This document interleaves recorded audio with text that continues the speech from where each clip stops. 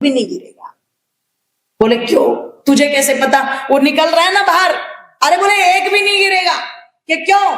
बोले इनमें से जब एक ऊपर चढ़ने की कोशिश करता है, दूसरा उसकी टांग पकड़ के खींच लेता है, तो ये सारे रहेंगे यहीं पे, ये आगे बढ़े नहीं पाएंगे। तो जब कोई अच्छा काम करता है, कुछ ऐसे भी लोग होते हैं जो चाहते ही नहीं कि ये आगे बढ़े, वो टांग खींचने में लग जाते हैं। और अगर किसी की टांग ऋषि दयानंद की तरह मजबूत हो, जो खींचने में ना आए, है ना, उनकी बहुत कोशिश की टांग खींचने की।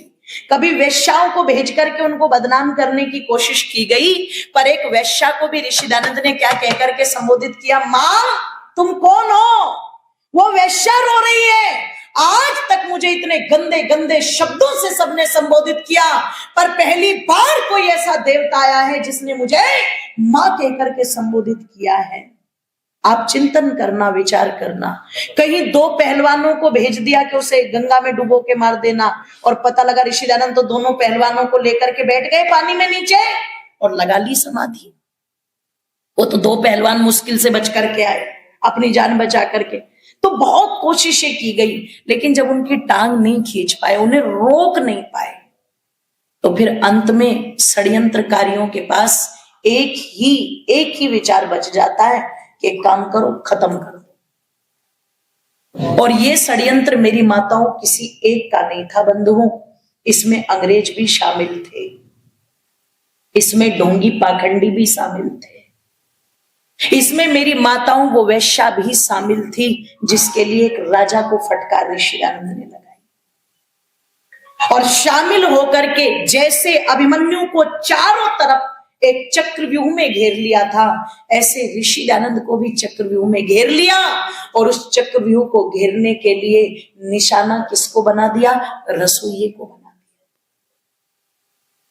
दिया। अपने ताकत भी बढ़ा देते हैं और अपने नजदीक वाले कभी खोखला भी कर देते हैं। इतने पैसे देंगे तुझे, 500 मुद्राएं, जहर दे दे ऋषि दयानंद। और वो जो ऋषि दयानंद का रोज भोजन बनाता था। देखो कई बार हम लोग बोलते हैं जैसी संगत वैसी रंगत, और कभी कभी कुछ ऐसी दुष्ट आत्माएं भी होती है जिन पर संगत का रंगत भी चढ़ नहीं पाती। उस रसोईया जो दिन रात ऋषि दयानंद के सानिध्य में था, वो रंगत चढ़ा नहीं पाया अपने ऊपर। पता लगा कि दूध में कालकूट विष मिला दिया, और विष मिलाकर के ऋषि दयानंद को दे दिया।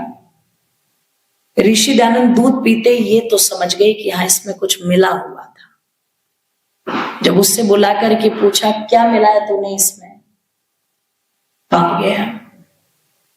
ऋषि दयानंद कहते हैं बता दे क्या मिला है तूने इसमें, किसके कहने पर मिलाया?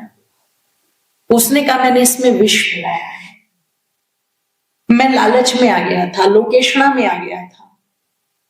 तो आप चिंतन करना, अपने तकिए को उठाते हैं, तकिए के नीचे से एक थैली निकालते हैं, और थैली निकाल करके कहते हैं ले ये सारी मुद्राएं ले और नेपाल चला जा।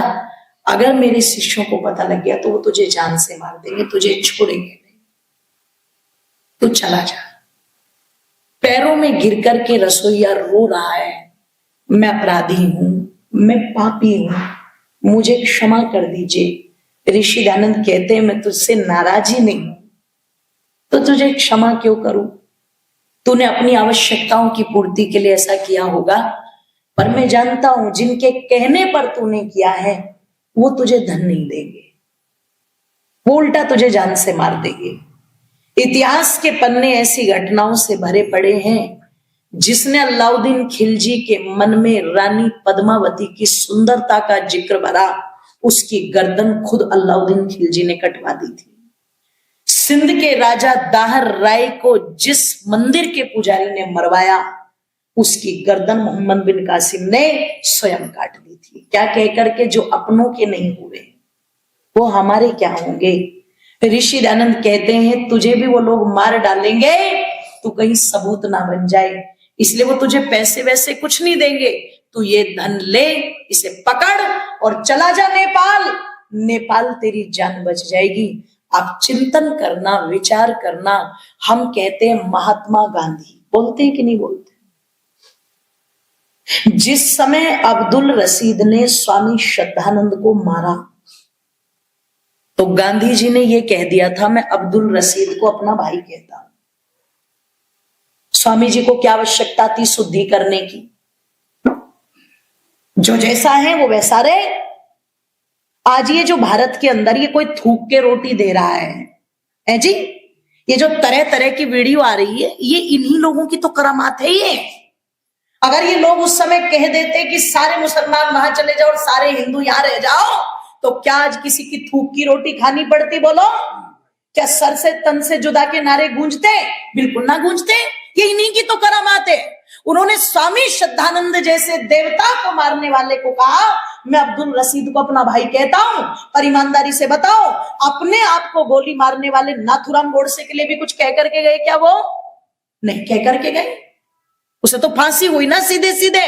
आप चिंतन करना, आप उनको क्या महात्मा कहोगे? अरे महात्मा तो ये हैं जो अपने जहर पिलाने वाले को भी कह रहे हैं पैसे दे करके कि चला जाओ और अपनी जान बचा ले। ये हैं सच्चे महात्मा। वो तो चला गया, पर ऋषि दयानंद को जो विष दिया गया था माताओं, उस विष के विषय में उस समय के वैद्य कहते हैं, अगर सामान्य व्यक्ति को ये जहर दे दिया जाता तो वो शायद मिनट में ही मर जाता। और ऋषि दयानंद उस विष को पीकर के भी महीने से ऊपर जीवित रहे। उससे पहले भी कई बार दिया गया, पर वो यौगिक क्रियाएं करके निकाल दिया गया था। लेकिन ये विष ऐसा दिया गया जिसको ऋषि दयानंद निकाल नहीं पाए। और यही वो दीपावली का दिन था जब पता लगा अजमेर के अंदर, जिसको विनायक कोठी कहा जाता है, अभी बहुत बड़ा सम्मेलन भी हुआ, वहां पर गए भी होंगे, यहां से लोग, आप लोग गए, देख के भी आए होंगे वो विनायक कोठी। जोधपुर के अंदर ऋषि दयानंद को वो जहर दिया गया था। और जो चिकित्सा में डॉक्टर लगाए गए, उनमें से भी एक दो ऐसे गद्दार थे, उन्होंने उस चीज को और ज्यादा बढ़ा दिया। तो नहीं ऋषि दयानंद वहां पर हालत उनकी सुधर पाई। अंतिम समय अजमेर के अंदर, जिसको विनायक कोठी कहा जाता है, वहां पर ऋषि दयानंद अपने बिस्तर पर पड़े। और मेरी माताओं पंडित लेखराम जी वर्णन करते हैं, शरीर में ऐसी कोई जगह नहीं थी ऋषि दयानंद के जहां फपोले ना पड़े हुए। जगह जगह से फूट फूट के निकल रहा था विष, जैसे लावा फूटता है। आंखों की पुतलियों में भी फपोले थे माताओं, इतने कष्ट में। तो रोटी, कभी कभी रोटी बनाते हैं, उसकी साइड से फट जाए और गरम गरम हवा लग जाए ना, जान निकलती है व्यक्ति की। और उनके पूरे शरीर से फपोले निकल रहे हैं, तब भी कहते हैं नाई को बुलवाओ, दाढ़ी आदि बनवाई, क्षौर कर्म करवाया। उस तरह लग रहा है तो खून निकल निकल के आता है, नाई के हाथ कांप रहे हैं। पर जैसे तैसे उसने किया। उसे 5 रुपए, उस समय बहुत बड़ी बात थी, छोटे नहीं थी, निकाल के दिए। जो शिष्य मंडली खड़ी हुई थी, किसी को कंबल, किसी को जो चीजें ऋषि दयानंद के पास थी। और कहते हैं ऋषि दयानंद, ये खिड़की और दरवाजे खोल दो। मुझे लगता है जाते जाते भी ये संदेश देना चाहते थे, आर्य समाज के दरवाजे खुले रखना। ताले डालने के लिए आर्य समाज मंदिर नहीं होने चाहिए, कब्जा करने के लिए ये स्थान नहीं होने चाहिए। ये खुले रहें और सबके लिए खुले रहें। कोई ईसाई आए, कोई सिख आए, कोई पारसी आए, यहूदी आए, कोई मुसलमान आए, ये खोलो। क्यों? अगर कोई मुसलमान आ गया तो हो सकता है वो आगे चल करके स्वामी सत्यपति बन जाए, महेंद्रपाल आर्य बन जाए। खोलो इन दरवाजों को और सब बाहर चले जाओ। जब सब बाहर निकल गए तो उन लोगों में एक नौजवान जिसका नाम है गुरुदत्त विद्यार्थी, वो भी है। और वो ऋषि दयानंद को मानता है, आर्य समाज को मानता है, वेदों के प्रति श्रद्धा है, लेकिन वो नौजवान ईश्वर को नहीं मानता, वो नास्तिक है। और वो डंके की चोट पर कहता है मैं नास्तिक। उसने सोचा देखूं तो सही, इतने बड़े योगी बनते हैं ऋषिदानंद, ऐसा तो नहीं हमें बाहर भेज करके और चिल्ला चिल्ला करके रोएंगे। देखो तो सही, खिड़की से देख रहा है। और क्या देखा? ऋषिदानंद ने आंखें बंद की, और जैसे एक माँ अपने बच्चे को पुकारती है या बच्चा माँ को पुकारता है, ऐसे ऋषिदानंद ने परमात्मा का नाम लिया, ओम। और चेहरे पर आंखें बंद करते ही माताओं एक मुस्कान तैर गई। गुरुदत्त देखना चाहता था कि दयानंद रोएगा, पर गुरुदत्त ने क्या देखा? चेहरे पर क्या गई? और उस मुस्कान को लेकर के मानो अब एक अंतरंग की सभा चल रही है, और उस अंतरंग की सभा में कोई प्रधान नहीं, कोई मंत्री नहीं, कोई कोषाध्यक्ष नहीं। उस अंतरंग की सभा में दो बैठे हुए हैं, एक आत्मा है और दूसरा, दोनों में बातें चल रही हैं। वो आत्मा पूछ रहा है ऋषिदानंद का, प्रभु अभी तो वेद का भाष्य भी अधूरा था, न मैं अथर्ववेद को छेड़ पाया, न मैं ऋग्वेद को छेड़ पाया, मैंने तो यजुर्वेद और आधाशाम वेद यही किया है। अभी तो जो हस्ताक्षर करवा रहा था कि गौ माता की हत्या बंद हो, वो कार्य भी मेरा अधूरा है। अभी तो जो मुहिम मैंने छेड़ी थी इस भारत माता को आजाद कराने की, वो भी अधूरी है। बहुत सारे अधूरे कार्य हैं। क्या इन अधूरे कार्यों को छोड़कर के मुझे आना होगा? और मानो उस परमपिता परमेश्वर ने कह दिया हो कि हाँ, जितना काम मुझे तेरे शरीर से लेना था मैं ले चुका, अब बस। तो क्या कहते हैं मुस्कुरा करके, अगर तुम्हारी यही इच्छा है। देखो, कोई तो बात चल रही थी। उस समय गुरुदत्त विद्यार्थी के शरीर में तरंग दौड़ गई, कोई तो है इस दयानंद के साथ जो इतनी भयंकर स्थिति में भी इसे इतनी ऊर्जा दे रहा है कि व्यक्ति तड़प उठे और ये मुस्कुरा रहा है, कोई तो है इसके साथ। मरते मरते भी नास्तिक गुरुदत्त क्या बन गया? आस्तिक। मानो किसी ने कह दिया हो हाँ जा। तो ऋषिदानंद कहते हैं, अगर तुम्हारी यही इच्छा थी तो तुम्हारी इच्छा पूर्ण हो, तुम्हारी इच्छा पूर्ण हो। 3 बार कह करके एक प्राणायाम खींचा और प्राण शरीर से निकाल दिया। वो ये दीपावली का दिन था। मैं समझती हूँ ऋषिदानंद का शरीर भले ही चला गया, पर उनके विचार, उनका यश, उनकी कीर्ति वो कभी मर नहीं सकती। और डॉक्टर धर्मवीर जी पूज्याचार्य श्री एक बात कहा करते थे, एक आर्य समाजी भी अगर धरती पर जिंदा है ना, तो तब तक आर्य समाज मर नहीं सकता। हमारे समाज को लोगों को बता नहीं पाए या समझा नहीं पाए, लेकिन मुझे इस बात का गर्व है कि मैं जिस घरोंडा में बैठी हुई हूं, यहां शायद ऐसा इस पूरे घरोंडा का एक छोटा सा बच्चा भी नहीं होगा जो आर्य समाज को ना जानता हो। इसके लिए तो हमें स्वामी रामेश्वरानंद जी का और पूज्य स्वामी भीष्म जी का भी बहुत धन्यवाद करना चाहिए, जिन्होंने इस स्थान को अपनी तपस्थली बनाया। बस हमारा उद्देश्य ऋषिदानंद जी की उस विचारधारा को बढ़ाने का होना चाहिए, जिसके लिए उन्होंने इतने कष्ट सहे, इतने बड़े घर का बालक, और इस समाज के लिए सब कुछ छोड़ करके निकल गया। जो सोने के कटोरे में दूध पी सकता था, उसने किसान के खेत से बैंगन खाए, वो जहर के प्याले पिए, वो भूखा रहा। केवल किस लिए? अपने समाज के लिए, अपने देश के लिए और हमारे लिए।